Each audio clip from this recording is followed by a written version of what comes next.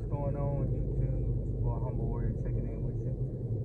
So I actually was just thinking about something as I'm about to actually drive to McDonald's, but I was thinking about this whole concussion protocol thing, and then the Miami Dolphins 3-game losing streak, and the carousel effect of the quarterbacks and how it's affected not only the way we play, but our offensive game plans, our play calling, the personnel, and stuff like that.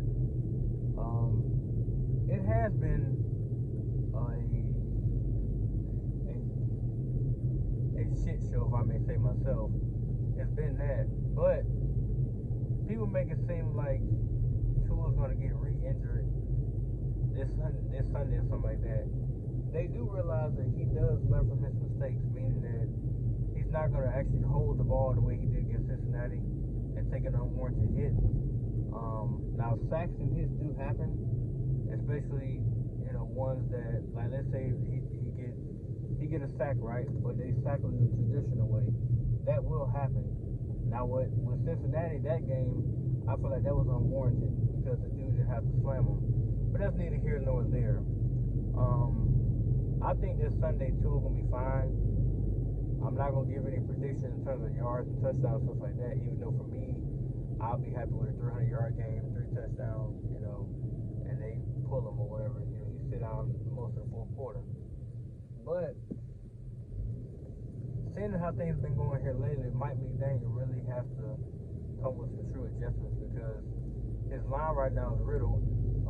His best offensive lineman, Armstead, is still questionable. I don't know if he hasn't practiced since he's been on the Dolphins roster. All he do is play. So I don't know what that means in terms of him playing this Sunday. I'm praying that he'll be able to go. I'm also hoping that what's his name? Austin Jackson will be able to go as well to get him that sturdy offensive line play to help the run game and to help give Tua time, because if he has a little, the chances are he's gonna be moving around the pocket a whole lot, and they're gonna literally chip block the little side, because the Vikings game, he just got abused by the DN Smith. But Smith is literally an elite pass rusher, so of course they're gonna get abused. Now, not every team has those, so it shouldn't be as bad. Like, Hayward is a no doubt slam dunk, elite player, and I think he lines up on the left side of the line. So with that being said, Tua has to be mindful of where he is. But I don't know if Minka's playing Sunday. I have no idea. Probably won't be.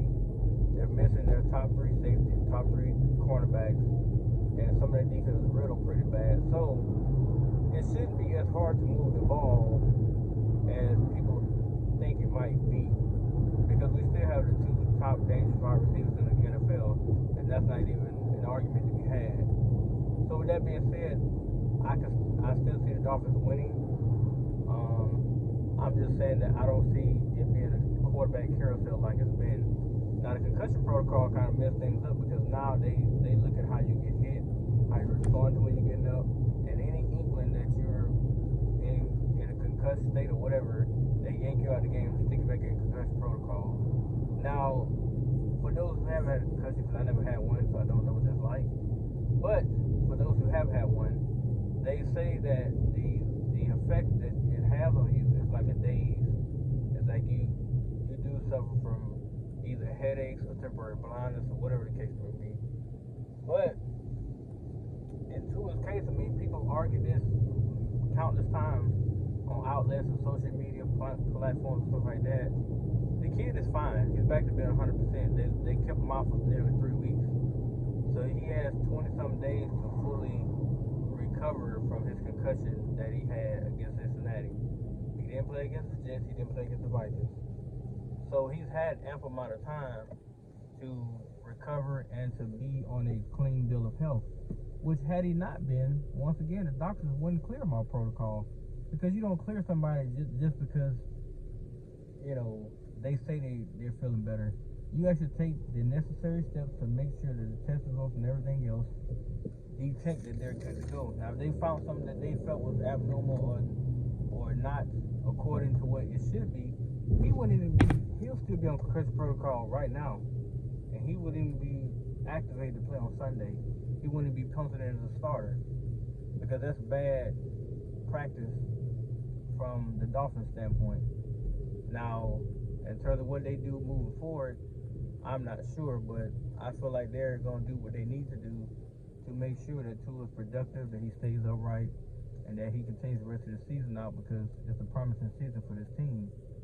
Now, they got a lot of things they got to fix offensively, but I feel like he was the missing piece. Outside the line, it was him. Without him, you saw how below average the offense was. They barely had any explosive plays. Most of the stuff ran over the middle. They didn't throw down the field like that for real. So it was more like a dead man sprint, if you will. They was buried in the ground without Tua. And I hope now people see what actual value he brings to the team. Because for the longest time, for 2 years, they kept making that same argument. And it's like now you see exactly what he is once you give him the weapons, and now you see exactly what they can do under his helm, under his control. So don't let the media pundits fool you. Tua was absolutely needed within his offense because he ran it to perfection. He ran it to perfection. So there's no more need to debate about this. But I'm anxious to see what happens Sunday as everybody else is. And I'll be giving my thoughts on that. Let me know what you guys think. Peace.